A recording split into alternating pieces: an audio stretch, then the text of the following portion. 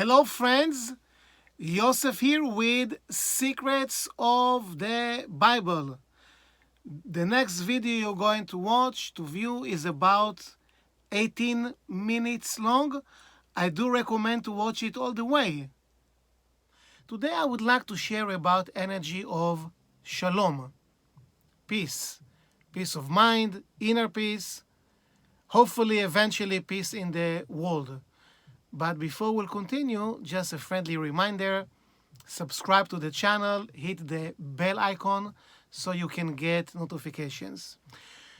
The story that I'm about to share is a story that you can read about in the book of Kings.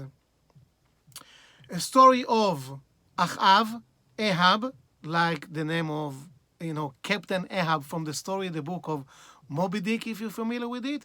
Now, Ahab was the king of Israel. He got married with Jezebel. Jezebel was the daughter of the king of Lebanon back then, and Ahab got married with her.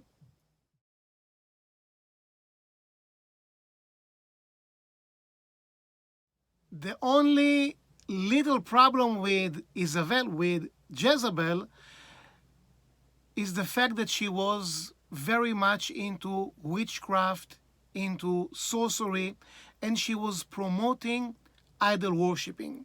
When we speak about idol worshipping, back in the days, yes, you could find idols.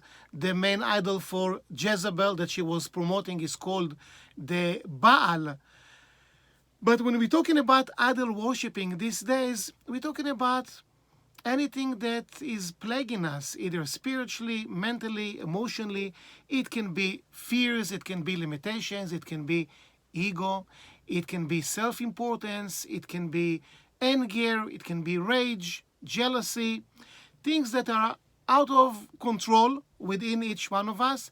And basically we're connecting to those quote-unquote idols rather than connecting to the light force of the Creator. So Jezebel was very much into promoting those kind of things, negative energies basically. Now the story developed into many different directions. Again, you can read about it in the book of Kings. The main rivalry of Jezebel was Elijah the prophet, and she was literally looking for him, trying basically to kill him. Jezebel was literally manhunting Elijah the prophet. Elijah had to run for his life. There was a manhunt campaign of manhunt by Jezebel that basically chasing Elijah the prophet, because she didn't want any interference with her plans of promoting those negative energies. Now, when it comes to Elijah the prophet, we know from the main Kabbalistic text, the Zohar, also from Rabbi Isaac Luria, the Ari, from his Gate of Reincarnation, we know that Elijah the prophet inherited two huge souls, the souls of Nadav and Avihu. Nadav and Avihu are the sons of Aaron HaKohen, Aaron the priest.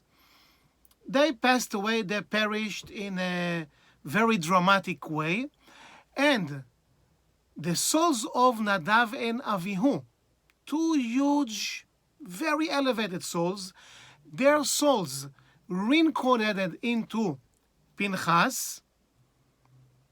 The story of Pinchas has to do with energy of healing. Those two very elevated souls, Nadav and Avihu, reincarnated into Pinchas, and later on reincarnated into Elijah the prophet. When these two souls went through this fascinating journey, Nadav and Avihu into Pinchas, later on into Elijah the prophet, they basically provided Elijah the prophet so much energy of divine inspiration, of prophecy, also of divine protection. As Jezebel is running this manhunt campaign against her rivalry, against Eliyahu Navi, against Elijah the prophet, she knows that he has this protection from the souls of Nadav and Avihu. She knows because she is into this witchcraft, black magic. She gets her divine inspiration from the negative aspect, from the negative side, but she knows that Elijah is protected.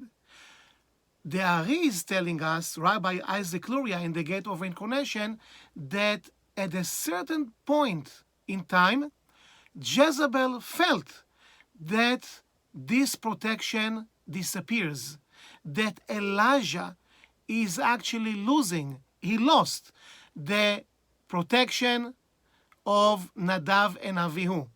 It means Jezebel was able to feel that those amazing elevated souls, Nadav and Avihu, actually left Elijah the prophet, and now Elijah is vulnerable.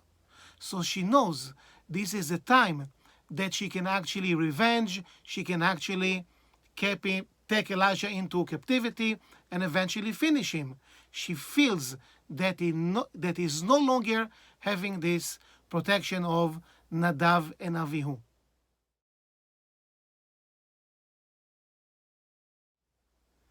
The next question will be, of course, how come the souls of Nadav and Avihu left Elijah the prophet? What exactly happened? And it has to do with a story that you can read about in the book of Judges. It's a story about one of the judges, one of the leaders back then of the Israelites. His name is Jephthah. And Jephthah was a great leader. He went to this military campaign leading the Israeli army, but he made a vow. He took an oath that is a little bit crazy and insane. He says the following: God Almighty, the Creator, if you give the victory in my hand, if I'm coming back from the battle victorious, the first person that will come out of my house to congratulate me, to welcome me, the first person I'm going to sacrifice to you. Really a crazy story. And the first person is actually his daughter, Jephthah's daughter. She's coming out to congratulate her father for the triumph, for the victory. And as Jephthah promised, now he needs to sacrifice his own daughter.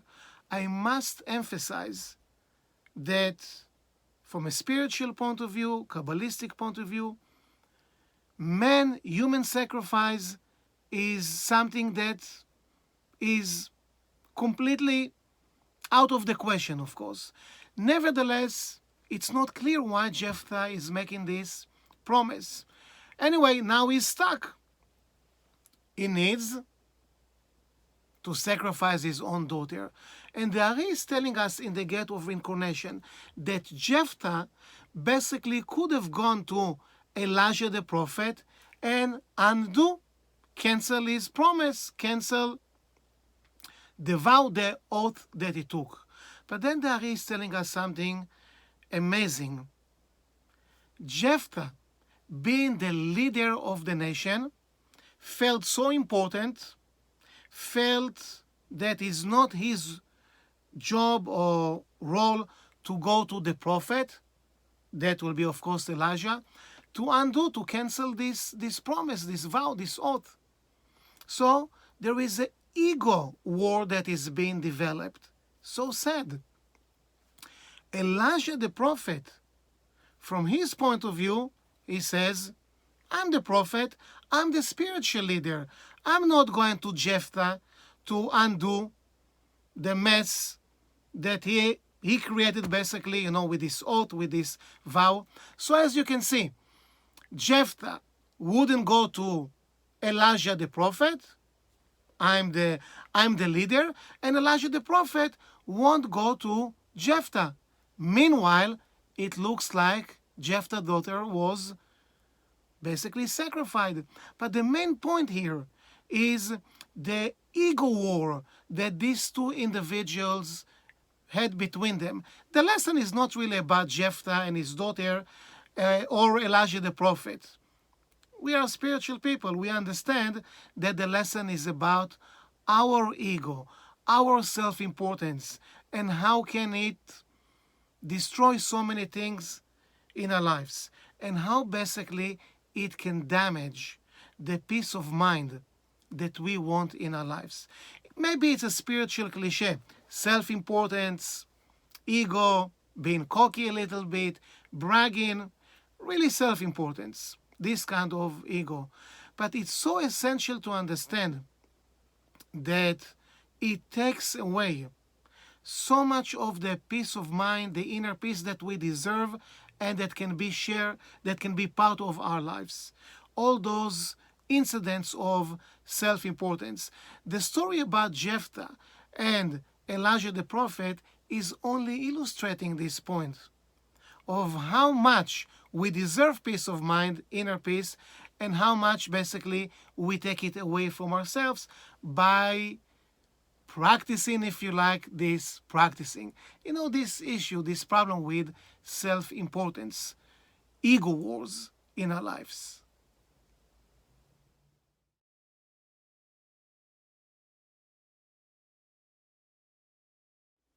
Now that we understand that the divine protection, the two souls of Nadav and Avihu basically left Elijah, and Jezebel understood that now Elijah is vulnerable. Because of this ego wars, the two souls, Nadav and Avihu, left Elijah. Don't worry, eventually regain the connection with those two souls. So in the story of Pinchas, the biblical story of Pinchas, it's one of the portions in the 5 books of Moses, in the book of Numbers.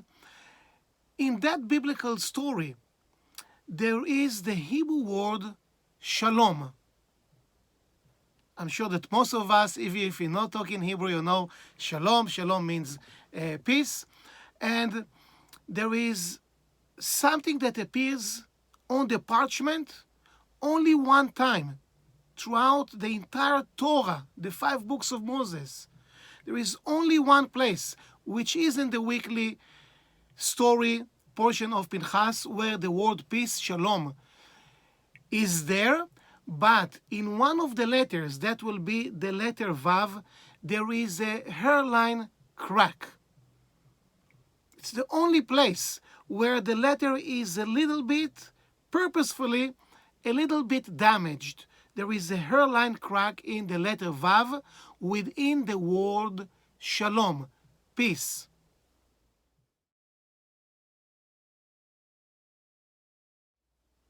From the point of view of reincarnation, of story of souls, this missing part, this hairline crack in the letter Vav within the word shalom, representing the fact that the two souls of Nadav and Avihu left Elijah, and therefore he lost his protection shield. As I mentioned, he regained the presence of these two elevated souls in his life later on. But the missing part there in the letter Vav, in the word Shalom, basically indicate the souls of Nadav and Avihu that left Elijah.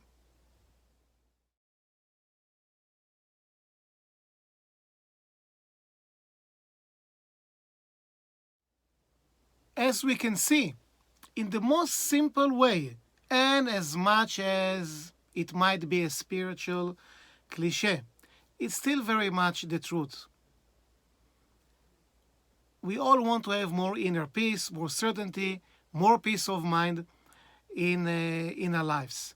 Whenever we get into this ego wars, self-importance, bragging, just using this modern day kind of idol worshiping, we basically stealing from ourselves the peace that we want and we deserve so much. In the most simple way, whenever we just let go, and that's our motivation, right? The peace of mind, the inner peace.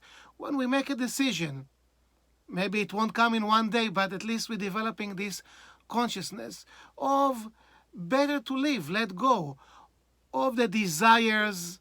Every once in a while we have this desire, maybe I'm bored a little bit, I need a little bit drama, I need a little bit commotion, something to fight about, something just to, again, create drama around. The more we let go of those things, the self-importance, the drama, the commotion, more peace of mind, energy that will come into our lives. So we see it from these biblical stories, from what the Zohar is telling us, from what the Ari is telling us. I shared a little bit Jezebel, Elijah, Ahab, Jephthah, all those stories that we heard today. Very simple, but very much the truth. This week, this little hairline crack within the word shalom is allowing us to regain support from supernal souls. And we all have something like that. Maybe it's not necessarily Nadav and Avihu for each one of us, but we all have souls that come and support us. It can be some people from our family line that passed away already, maybe our great-parents, great-great-parents, who knows? Certain souls are there to support us, and to fill up this hairline crack in the word shalom, in the letter Vav, and to regain the support of souls that are there to help and assist us. The more we let go on this self-importance, the more that souls that are there to support us will come and help and will assist us to regain and to get more peace of mind, energy in our lives. So check it out. I hope you enjoyed the video, and I will see you soon. All the best. Thank you very much.